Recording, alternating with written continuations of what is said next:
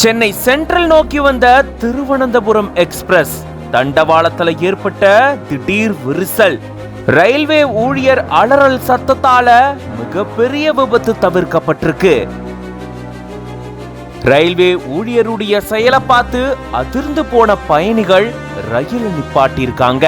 கொஞ்சம் விட்டிருந்தா மிகப்பெரிய அசம்பாவிதம் ஏற்பட்டிருக்கும். ஆனா இது தடுக்கப்பட்டிருக்கு.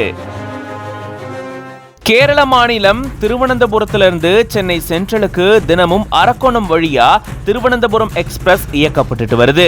அந்த ரயில் அரக்கோணம் ரயில் நிலையத்துக்கு காலை 8:50 மணிக்கு வந்த நிலையில 2 நிமிடம் கழித்து அந்த ரயில் மறுபடியும் புறப்பட்டிருந்திருக்கு. அரக்கோணம் ரயில் நிலையத்திலிருந்து 2 கிலோமீட்டர் தொலைவில் இருக்கக்கூடிய ரயில் நிலையத்துக்கிட்ட வரும் பொழுதுதான் அங்க பச்சை சிக்னலும் காண்பிக்கப்பட்டிருக்கு. ஆனா தண்டவாளத்துல விரிசல் ஏற்பட்டு தண்டவாளம் உடைஞ்சிருக்கிறத ரயில்வே ஊழியர் கவனிச்சு கத்தி கூச்சலிட்டு இருந்திருக்காரு.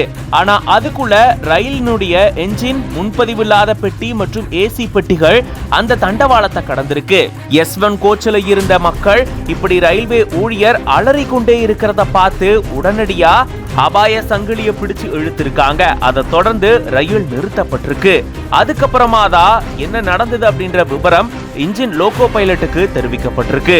உடனடியா அதிகாரிகள், ஊழியர்கள் அங்க வந்து சரி செய்யும் பணியில ஈடுபட்டிருந்திருக்காங்க.